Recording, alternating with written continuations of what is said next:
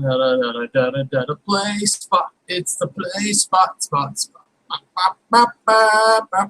I didn't have my overlay ready. I'm Kamurai. We're going to talk about some games and stuff. Yay! Recently we have, this is the thing I'm most excited about.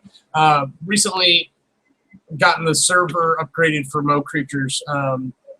So if you go to htkb.dndns.org for the Minecraft server, you can go there and play Mo Creatures with us. You just got to go to mocreatures.org and follow the instructions. It's really, you install forward for 1.7.10, and then you drop the other two files in the mods folder. And Tux, I swear, it's you messing with me for streams, buddy. I don't like how you know when I'm doing it. So I'm just going to beat this cat while we're here.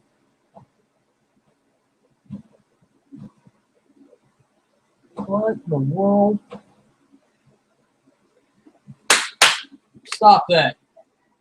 All I hear is thunk, thunk, thunk, thunk. I don't know if you can hear it on camera or not, but one of the cats were getting into something. But I got rid of Tux, so that's good. Okay, so Minecraft.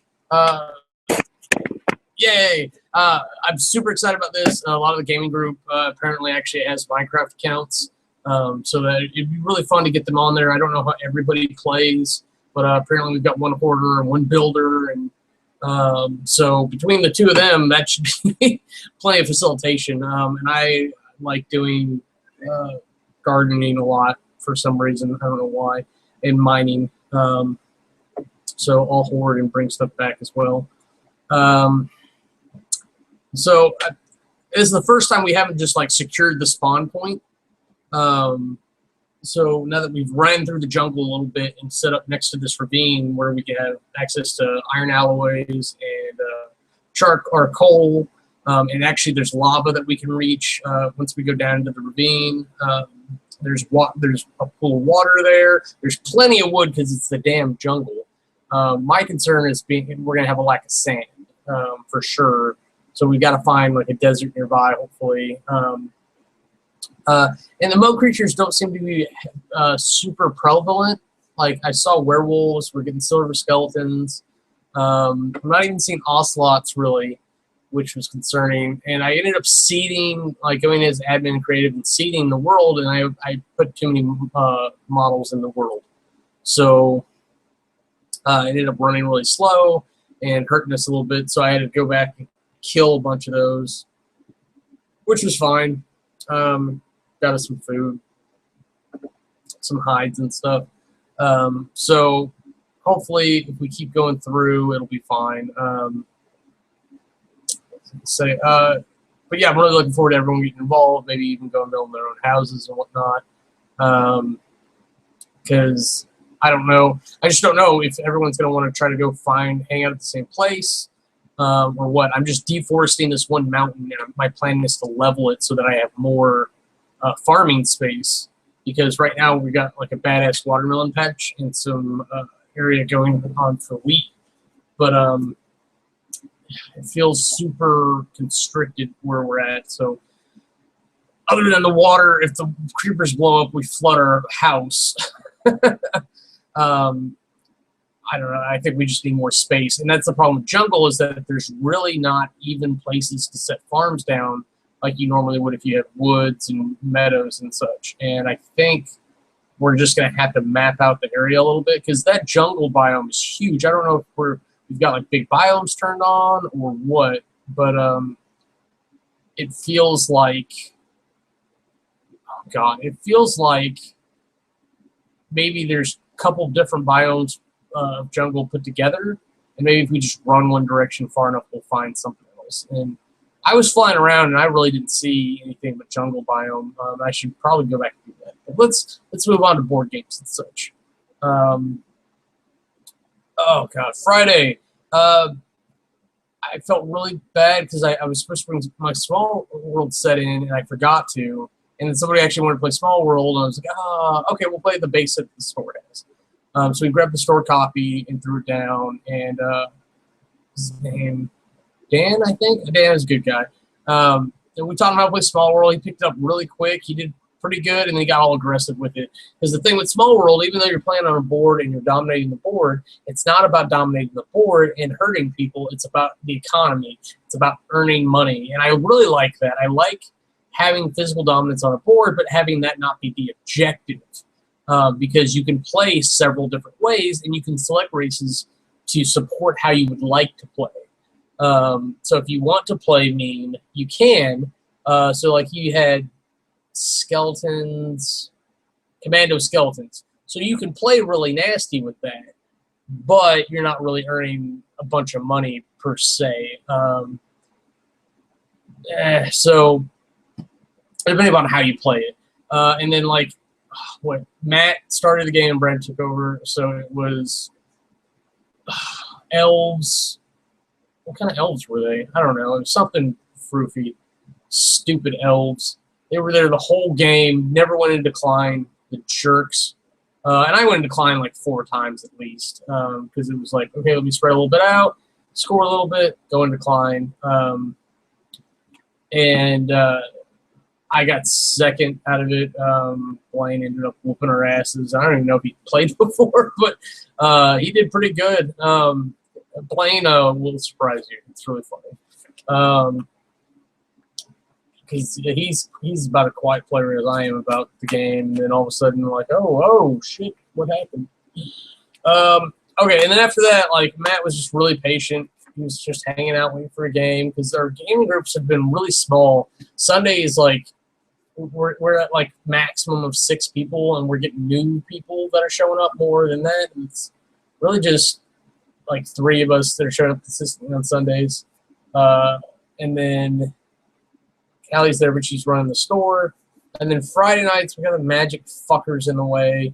And I swear to God, that puts some people off, and then other people, it just draws them in. But, like, there's really, like, 4 or 5 of us. I think that's the bigger night. I think it's always been that way, but Sunday's always been my day. And then Friday night's been the day for other people, for whatever reason. And I don't know. But, like, that's where we see, like, some of the people that never see on Sunday, we'll see them come on Fridays occasionally. And with the weather getting better, people are going to be trying to do other things, and fuck them.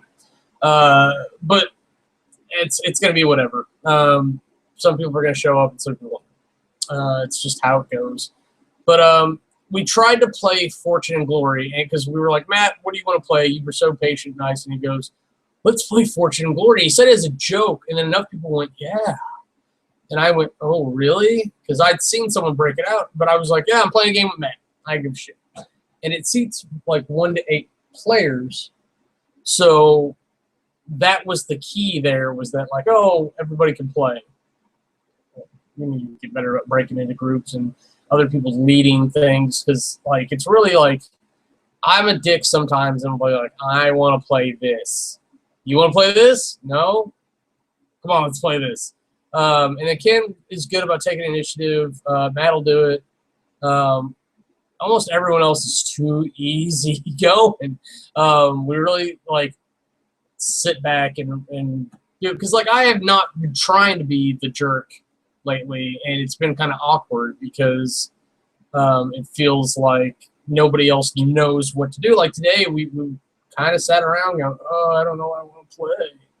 And that's fine. We had hangover. I'll get back to that thing. So we played Fortune and Glory, and Brandon legitimately won. Yeah, so he legitimately won. Caitlin, poor girl, wanted the game over, so she was trying to help him as best she could.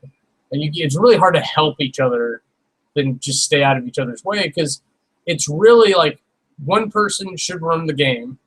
It's really one of those things. It's not necessarily like that they're a player on the as opposed to the heroes, but one person should run the game. It's that complicated, and it's that much of a world. But it's really depending on like if you have 1 to 8 players.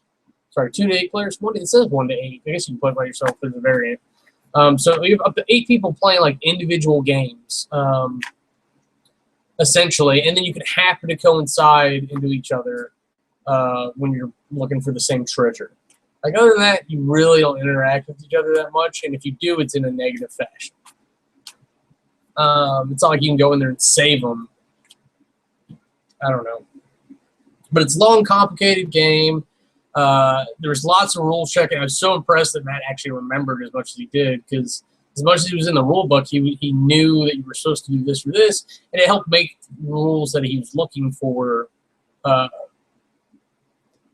find them faster, because he could have taken a lot longer, even though like we were being grumpy Gus's about it. So after that, we were like, oh, we need something fun and simple. Let's play Star Realm. So there were 6 of us still, and there was some issues about the teams, because none of us, because we recognize that we play 6 players, it's going to take a while because it has to go around everyone's turn, and unless everyone's on top of it and no one ever is, it's going to take a while for 6 people, and you have everybody being bored in between for 5 turns. Let's go. When do I get to go? When do I get to go? Because that's what you do. And I admit that's what I do, and I try to be patient because I like doing big turn-by-turn games, but everybody's got to be on top of it, and it's so rare that it is. So we did try to do 3-on-3, because 3-Headed Hydra is kind of a favorite for Star Realms in our gaming group, and I've got a set that accommodates that properly with all the sets. And it was really fun to see all the events pop and whatnot. But we had they had a brand new player, and the other 2 hadn't seen the new stuff yet really in action. Ken and I were okay, because we were aware, and then Brandon didn't know the new stuff either, and he'd only played like once or twice, maybe, I don't know. So it really ended up being like Matt versus us, and Brandon was kind of like, okay, he was just real lax about like arguing with us, because we ended up powering him up because he went blob for us, and Kelly was going blob on that side. Damn blobs. So like we ended up calling it because they felt like it wasn't a good experience going on or whatever. And I was okay. I was having fun, but I didn't recognize the alpha player going on their side. So I don't know. I think it's just how you end up playing that game. And there's got to be another way to play it that like maybe makes you feel like you have more agency. Oh God. So like after that, I think I ended up bowing out of the last game. I got Splendor out of the car for them, and they ended up playing Splendor, which is a great game. Don't get me wrong. I love how fast it goes. It's actually fast-paced enough that our gaming group gets silent. There were several times I ended up pulling some models to the side and painting, just to try to get some of it done, because I've got all my Super Dungeon Explorer stuff that I want to get painted. There's several times where I looked up, I'm like, what's going on? Oh, they're just playing it. Because you think a lot, and then you take your action, and then you're watching everything going on. We're not a group that does conversations while we play. We do conversations while we're waiting to play, and that's part of what drags it down. But I'm just as guilty as other people in that sometimes, especially if we're talking about a good video game or something. We were playing Bonanza one time, and like, Blaine and I kept talking about Evolve, and so like 3 turns would go by where I needed to trade. I'd just be like, oh, I'm fucked. But it's all right, because we were still having a good time over there on our end of the table. So I got some of that done, and I'm starting to get all the hair done on the heroes. I think that's how I'm going to do it. I'm going to get all the hair done. And that's going slower because I don't know exactly who I want my hair color right away. I think, yeah, I'm going to do the dwarves next. There's a Mario look-alike there, and I don't want to give him a black mustache, so I'm going to give the other guy with the beard with black, the dwarven Hearthstone fighter. That's who. He's going to end up having some like really dark hair, and I'm going to do like a dark brown for the other guy. Though my dark brown's all hinky right now, so I'll probably have to thicken that up a little bit with the new paints that we got. And yeah, so hopefully that'll be a thing. And once the heroes are all painted up, the bosses will probably be next. Because I'm including Von Drac and the Succubus in there with the heroes. And the wolf's going to get painted up pretty quick, along with the bear. And probably Nocturne, the shift for the boss. So we'll probably go to the bosses after this, and then we'll go back and do the rank and file troops. I think the idea was to do the spawn points next, but I think it'll make more sense if we do it the way I was just saying. I know it sounds stupidly complicated, but get the heroes done, that's a section done, and then there's mini bosses and bosses that look like the heroes enough, so we'll do those, and then we'll go back and probably do spawn points and such. I still need to bring the chests home and spray those. I keep forgetting about that. For whatever reason, I didn't spray the chests. I don't know. They'll be really easy to paint up. Cha cha cha cha cha cha cha cha. Okay, Saturday, oh God, I slept a lot, but I played a little bit of Minecraft then, and then I went over to a buddy's house, and there was a bunch of us there, so it was a perfect time to do like some Steam games that I don't get to play a lot, like Nidhogg. So that's like a dueling game. So that got kind of like a slow reception because we were all waiting to take turns because it's 1v1.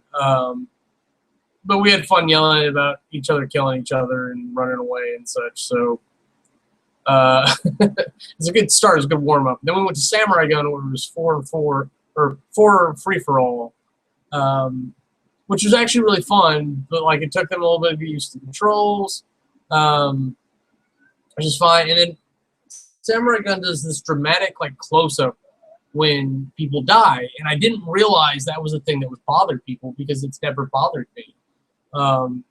It does feel a little wonky to play from the tablet because what we did is I've got my tablet set up so that I have a mobile Steam arcade, so I can hook up a dongle, an extender, a dongle, a mouse, and an HDMI cord to that device and hook it up to a TV, and we can start playing like with Xbox controllers, wireless Xbox controllers. Lots of fun as far as I'm concerned. But it does play a little bit different on there than I remember playing on a laptop, and I don't know what I can do to get the same experience, but it feels off slightly. And they didn't know any better because they never played it before. But we finished off the night with Towerfall Ascension, which I think is what we had the most fun, especially after I turned on Ghosts. So after anyone died, but there's no respawn direction for Towerfall like there is with Samurai Gun, which I guess they liked. I actually liked the respawning for Samurai Gun. First to 10 kills is good. You do the same thing in Towerfall, but you do round resets. It's still fun. And then Brandon is it's got a copy of Level 7 Escape or something. I should look that up before I said it. But it's essentially like Descent and Super Dungeon Explorer, where there's a DM or Overlord, and then he plays the bad guys, and everyone else plays the heroes, the commandos, whatever you want to call them. And the commandos are trying to accomplish the mission and escape the dungeon. So we've been trying to get him to get better at being the Overlord, and I think if he just gets a little bit more aggressive with his strategies, I think he'll be fine, because we keep finding little ways to nuance him out of advantages. Like we'll just group together, we'll hide in our buffs, like we'll send one person to run down a hallway, grab something, and then run back to all the buffs. So like he doesn't get to get pricing on his stuff, because I'll take vent rats or whatever. And then like we've usually got someone who can blow away guys, and there's got to be some way to make it a little bit more difficult. And I think once it's going to be a little bit more difficult, we're going to lose somebody quick. We may not lose everybody quick, but like there'll be enough wounds flying at us that we'll be forced to use medkits, healing surges, or things like that, and it'll be more interesting for everyone involved, I think. Okay, so moving on to Sunday today. I walked in and people were playing Ticket to Ride, which made me happy, but I was I was 10 minutes early, so I was like, I'll go to Publix and I'll get snacks and food and stuff. And I did, and it was great. But I came back and people were ready to jump in and take a ride and like all set up for other games. So I was like, what happened? I was here early, damn it. So I cried for a little bit, and then I ate a sandwich. And then I actually got my promo box. I forgot about this when I was writing my notes. I got my promo box in, which I can't show you, for Star Realms because I gave it to my buddy Ken. He's a big Star Realms fan, and his box broke, so I'm really glad I gave it to him.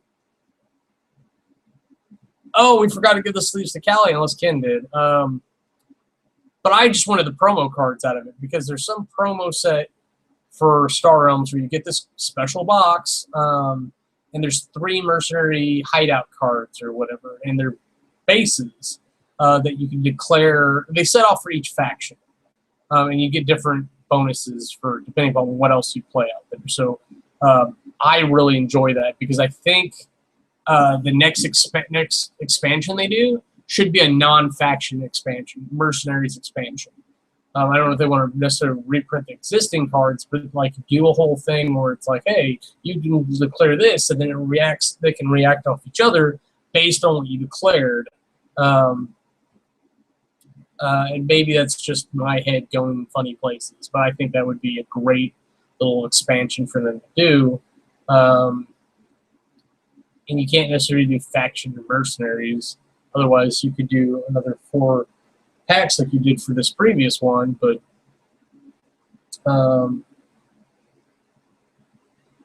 weird cats.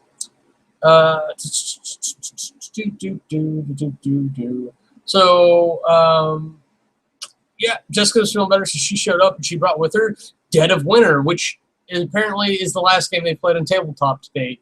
So I've got to watch that. I'm probably going to do that after I catch up on this and Joey. So, yeah, so I was like, okay, I'm really happy to play this game because I can finally see what all the hullabaloo is about.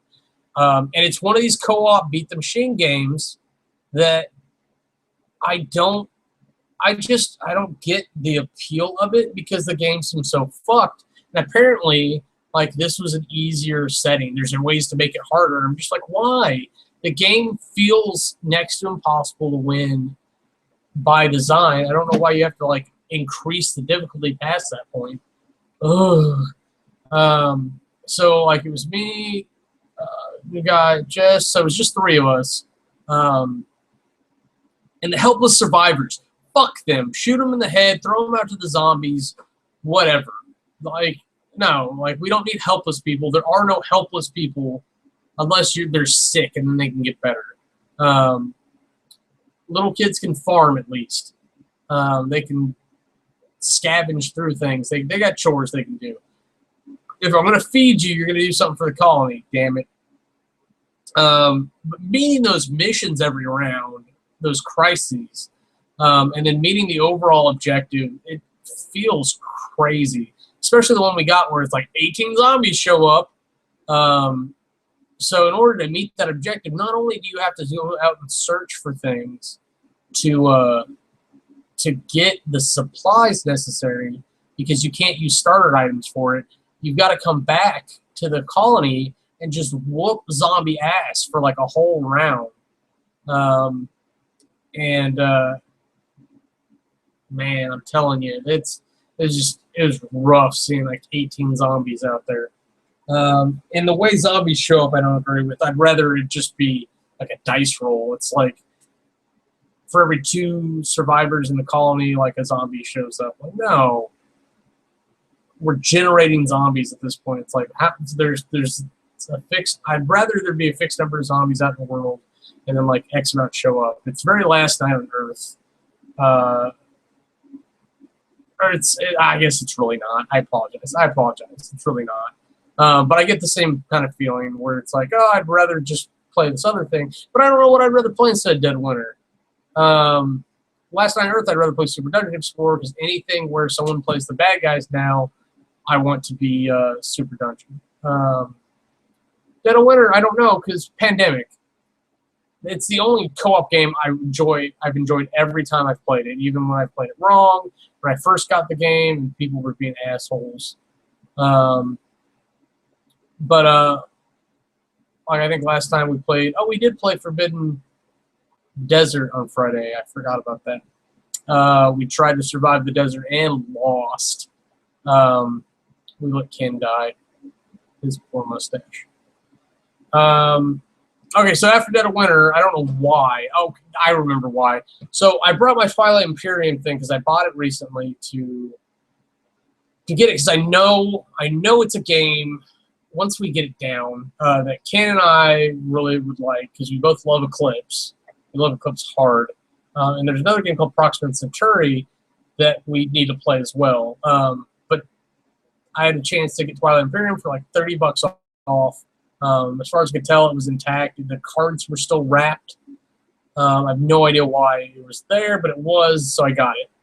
So shame on me. But but they come on like these super thick sprues. Like I actually ended up using my knife and hurting myself. It's not a good example.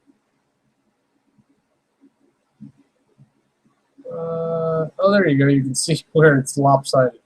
Trying to cut them off the strip of my knife, so I was like, fine, I'll wait till I get clippers. So we spent about a half hour, 40 minutes or so clipping sprues, and like it would have taken a full hour if it had just been me, but Ken happened to have something where he could damage his thumb in the process. So we got all 6 of them unclipped.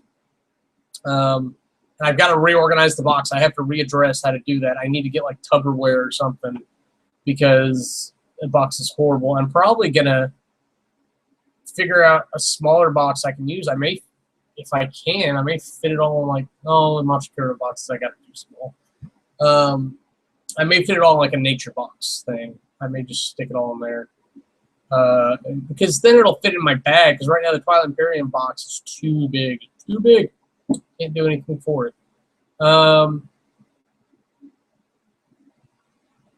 So we got through one round of that.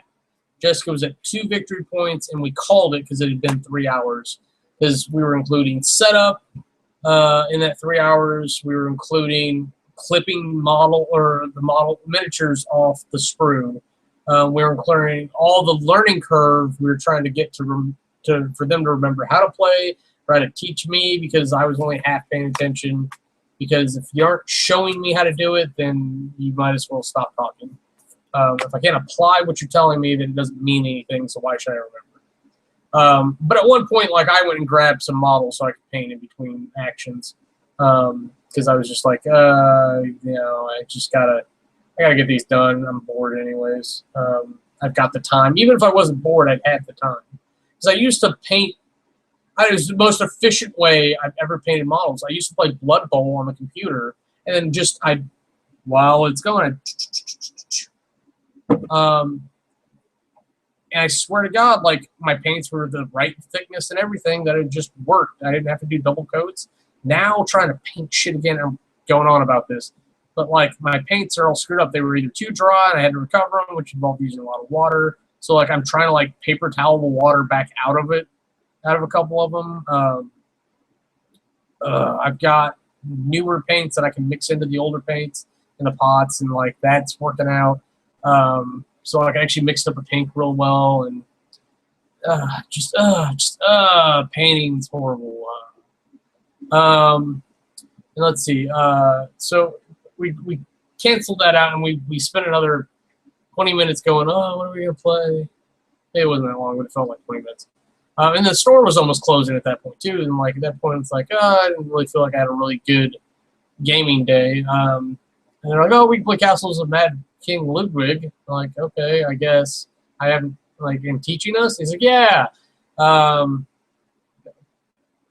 No, we were there an hour after the store closed because we're friends with the store owner. So she's like, yeah, just hang out and finish your game. I'm like, oh, okay. So they stayed about 15 minutes after they were done doing whatever they're doing, waiting on us. And I did not enjoy that game. I'd much rather play Among the Stars. The difference being that the structures you're building in Among the Stars are very even. They're all rectangles. They all fit in like a grid system.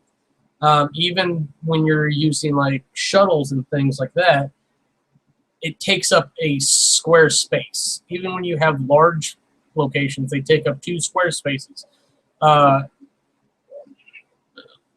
Castles just uses fucking horrible shapes. There's circles. There's like weird hexagon shapes for some of them. The hallways are little fucked up things. Like, it doesn't fit together properly. Like, we actually had to like figure out whether or not something fit because of the way the things go, because she really wanted them to fit.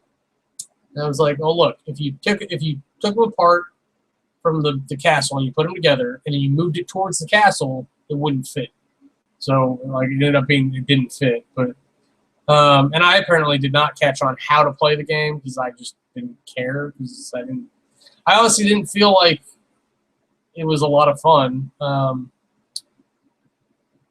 then it's the economy system's weird because each round you have a governor, and that governor is who you pay the money to, and then the governor pays it to the bank when they buy something. So there's this whole thing about screwing people out of what they need on the market when you arrange what's available on the market at what prices. Then there's you trying to buy whatever it is that you want to buy to meet your objectives. Maybe I just wasn't ready for it, and I'll give it another shot. But like, I wasn't ready for Twilight Imperium either. Like, it was a rough day for gaming. Not too often I say like I had a bad gaming day, but then I'd say this. It's just heavy games that you're not enjoying, especially on a day when you're like, you feel pressured to enjoy something. Because I don't think I'm going to enjoy tomorrow at work. I think that's going to be a bad day for me, one way or the other. So I really wanted today to be lots of fun. And I should have just been like, I'm playing Super Dungeon Explorer. Because that's what's going to happen tomorrow, or Tuesday after work. I think I'm just going to go, I'm going to play Super Dungeon Explorer. I may try out doing like Super Dungeon Adventure for the first time. And I mean, I think I'll have to keep notes on what's happening. But I can't wait to try that out, where I do like a quest with all the heroes involved. And before Forgotten King comes out, it'll be one way. And then I was actually looking at all the mini bosses and everything. Of course, you have to put in some heavy modifications for the life totals, because you can't have like bosses that die in 5 hits with 20 heroes in play. It just doesn't work out that way. But it'll be interesting. Very interesting to see kind of what's happening with that. And I've got to track 4 skulls worth of monsters per room. So even if they run through the room, like, there's still that number of monsters spawning behind them. So it could very easily be a point where they get overwhelmed. And I'm certainly looking forward to that. And then the first room's going to use a mini boss too, so that'll be the first thing, and it won't be like Super Dungeon where it's just the mini boss. It'll be mini boss plus the monsters that are spawning out for that time. So she'll have that. So I'm going to have Kaylee be the first baddie they fight, because it's like hiring a merc. She'll get hit and run off.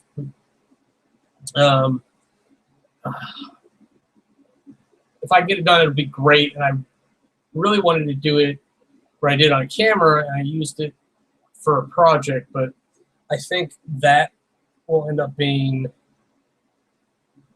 something else. And I think the way to really do this is to start with like the base guys, but the storyline I've got set up, that's where they all meet, because drip feeding them in would probably be better mechanically, but whatever. I don't know.